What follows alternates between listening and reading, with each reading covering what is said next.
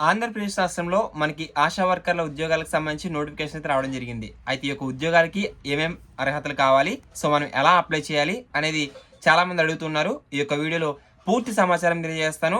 అసలు మీ యొక్క జిల్లాలో ఖాళీలు ఉన్నాయా, ఈ యొక్క అప్లికేషన్ ఎలా అప్లై చేయాలి అనేది మీకు స్టెప్ బై స్టెప్ వివరిస్తాను. ప్రతి ఒక్కరు కూడా వీడియోని పూర్తిగా చూడండి. సో ముందుగా మీరు అప్లై చేసే విధానం ఏంటంటే ఆఫ్లైన్లో అప్లై చేయాలి. సో దానికి ఒక అప్లికేషన్ ఫామ్ అయితే ఉంటుంది. ఆ యొక్క అప్లికేషన్ ఫామ్ అనేది మీరు డౌన్లోడ్ చేసుకోవాలనుకుంటే మీకు rkcompetitive.com మన వెబ్సైట్లోకి వెళ్ళినట్లయితే అక్కడ అప్లికేషన్ ఫామ్ అయితే అందుబాటులో ఉంటుంది. లేదా వీడియో డిస్క్రిప్షన్లో ఇస్తాను, ఆ యొక్క లింక్ మీద క్లిక్ చేసి అప్లికేషన్ ఫామ్ అనేది డౌన్లోడ్ చేసుకోవచ్చు. అయితే ముందుగా చూసుకున్నట్లయితే కనుక మనకి రాష్ట్రంలో దాదాపుగా ఆంధ్రప్రదేశ్లో ఈ యొక్క 1294 ఉద్యోగాలు అయితే ఉన్నాయి. ఈ యొక్క ఆశా వర్కర్లకు సంబంధించి ఆ యొక్క ఉద్యోగాలకి మీకు అప్లై చేయాలంటే మీకు అర్హతలు ఏమేమి ఉండాలంటే కనుక మనకి 10th క్లాస్ పాస్ అయితే సరిపోతుంది. ఓకేనా, ఎవరైతే మహిళలు ఉన్నారో వారు 10th క్లాస్ పాస్ అయితే సరిపోతుంది.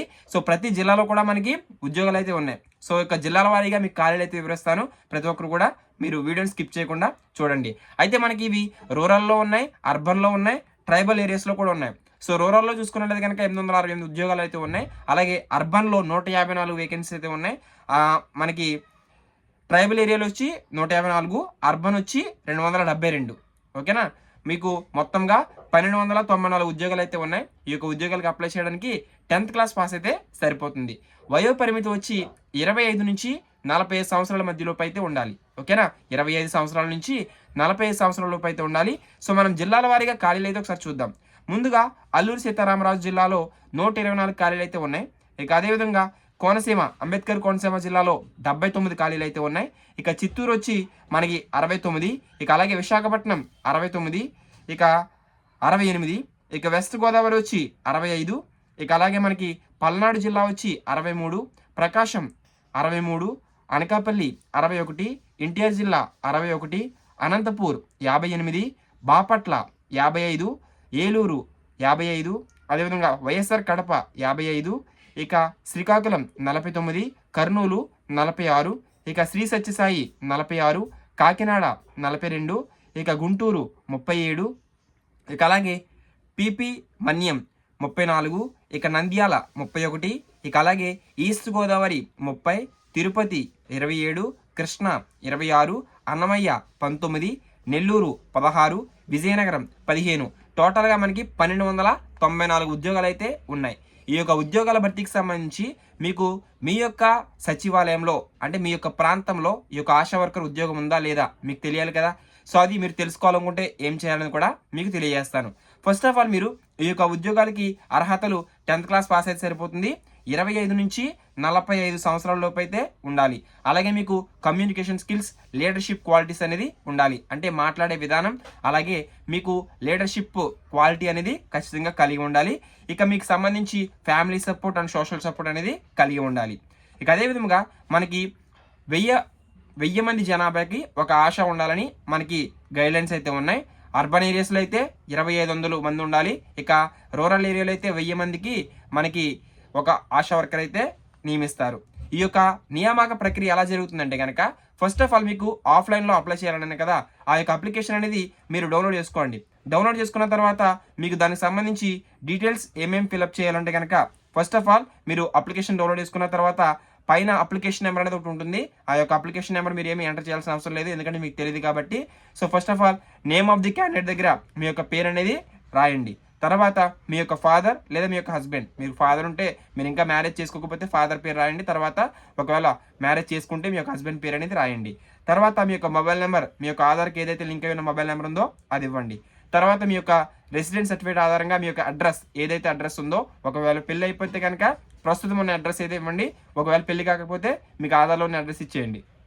ఇక అలాగే మీరు ఏ ప్లేస్కి అప్లై చేస్తున్నారు, ఒకవేళ మీ యొక్క సచివాలయ పరిధిలో మీకు ఈ యొక్క ఆశా వర్కర్ జాబ్ లేదనుకో, పోస్ట్ లేదంటే మీరు వేరే సచివాలయంకి అప్లై చేసుకుంటున్నప్పుడు ఆ యొక్క పేరు అనేది ఇక్కడ రాయాలి. తర్వాత మీ యొక్క డేట్ ఆఫ్ బర్త్ ఏదైతే ఉంటుందో అది ఎంటర్ చేయాలి.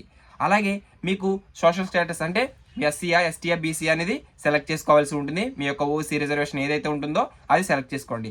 ఒకవేళ మీరు ఫిజికల్లీ హ్యాండిక్యాప్డ్, ఒకవేళ వికలాంగులైనా లేదా దివ్యాంగులైనా, ఎక్స్ సర్వీస్ మ్యాన్ అయినా సరే మీరు అర్హత ఉంటే కనుక ఒకవేళ దివ్యాంగులైతే మీరు ఎస్ అని పెట్టండి, లేదంటే నో అని పెట్టండి. ఇక అలాగే లోకల్, నాన్ లోకల్ అంటే మీరు స్టడీ 4th to 10th ఎక్కువగా మీకు లోకల్ అనేది ఏ విధంగా వస్తుందంటే 4th క్లాస్ నుంచి 10th క్లాస్ వరకు మీరు ఎక్కడ చదివారు అనేది లోకల్లా మనకి పరిగణించడం జరుగుతుంది. ఓకేనా. సో ఇక అదేవిధంగా మనకి రిక్వైర్డ్ క్వాలిఫికేషన్ ఏదైతే మీకు క్వాలిఫికేషన్ ఉందో అది ఎంటర్ చేయండి. 10th మీకు పాస్ అయిపోతారు కాబట్టి ఖచ్చితంగా 10th ఉంటే 10th చేయండి. అంతకుండా ఇంకా ఏమైనా ఎక్స్ట్రా ఉంటే అవి కూడా క్వాలిఫికేషన్ యాడ్ చేసుకోండి. ఇక అలాగే మీకు 10thలో ఎన్ని మార్క్స్ వచ్చాయి అనేది అక్కడ ఎంటర్ చేయాల్సి ఉంటుంది. ఇక మ్యాక్సిమం మార్క్స్ ఎన్ని, అలాగే మీకు వచ్చిన మార్క్స్ ఎన్ని అనేది అక్కడ మీరు రాయవలసి ఉంటుంది. ఇక మొత్తంగా టోటల్గా ఈ యొక్క టోటల్ మార్క్స్ సెక్యూర్డ్ 50% అనేది మీరు అక్కడ ఎంటర్ చేయాలి. తర్వాత కింద ఒక ప్రీవియస్లీ ఆశా లేదా ఎన్జిఓ మీకు ఆ యొక్క కింద పారాగ్రాఫ్ అయితే ఉంటుంది. ఆ యొక్క బాక్స్లు మీరు ఏం ఫిల్అప్ చేయలేదు. కింద మీకు సంతకాలు కూడా మీరేమి పెట్టాల్సిన అవసరం లేదు. ఓకేనా. అలా ఫిల్అప్ చేసిన అప్లికేషన్ మీరు ఎక్కడ ఇవ్వాలంటే మీరు మీ యొక్క సచివాలయంలో మీకు గ్రామీణ ప్రాంతాల్లో అయితే ఏఎన్ఎంకి ఇవ్వండి. ఓకేనా.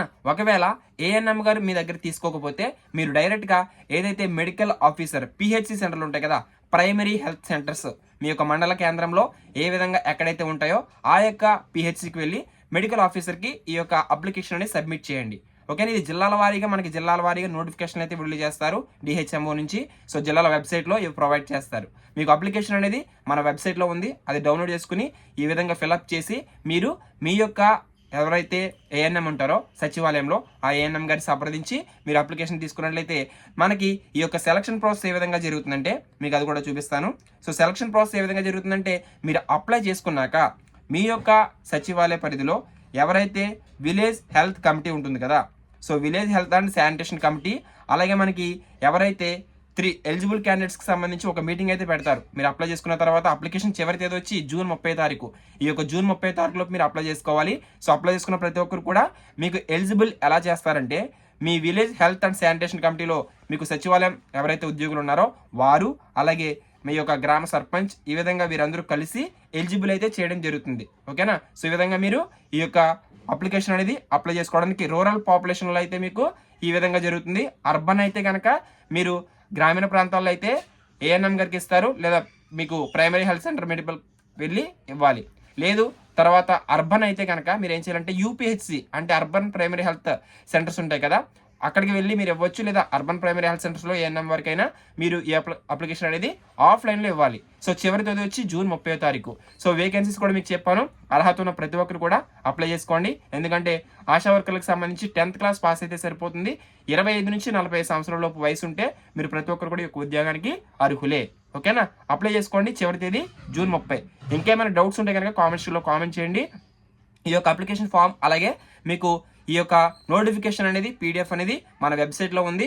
వీడియో డిస్క్రిప్షన్లో లింక్ అయితే ఇచ్చాను. లేదా గూగుల్లోకి వెళ్ళి rkcompetitive.com అని సెర్చ్ చేస్తే మన వెబ్సైట్ అయితే వస్తుంది. అక్కడి నుంచి ఈ యొక్క అప్లికేషన్ డౌన్లోడ్ చేసుకుని ప్రింట్ తీసుకుని మీరు ఫిల్అప్ చేసి మీ యొక్క సచివాలయ పరిధిలో ఏఎన్ఎం గారికి లేదా ప్రైమరీ హెల్త్ సెంటర్ మెడికల్ ఆఫీసర్కి సబ్మిట్ చేసినట్లయితే వారు ఈ యొక్క అప్లికేషన్స్ అన్ని తీసుకుని జూన్ 30 తారీఖు వచ్చినవన్నీ మనకి కలెక్ట్ చేసి ఈ యొక్క ఎలిజిబిలిటీ అయితే చేస్తారు. ఎలిజిబిలిటీ వచ్చాక మీకు ఇలా పలానా ఈ యొక్క ఎలిజిబిలిటీ వచ్చిందని చెప్పి మీకు మెసేజ్ రూపంలో లేదా మీ యొక్క సచివాలయ పరిధి రూపంలో మీకు అప్లికేషన్ తీసుకుని మీరు ఎలిజిబులా కాదా అనేది వారి ఉద్యోగానికి ఎంపిక చేసిన తర్వాత మీకు తెలుస్తుంది. ఈ విధంగా అప్డేట్స్ అయితే ఉన్నాయి. ఎప్పటికప్పుడు అప్డేట్స్ అనేవి మన ఛానల్లో ప్రొవైడ్ చేస్తూ ఉంటాను. ఇలాంటి ఉద్యోగ సమాచారం కోసం మన ఛానల్ని సబ్స్క్రైబ్ చేసుకోవడం మర్చిపోవద్దు. Thanks for watching. మరొక ఇన్ఫర్మేటివ్ వీడియోతో కలుసుకుందాం. Have a nice day.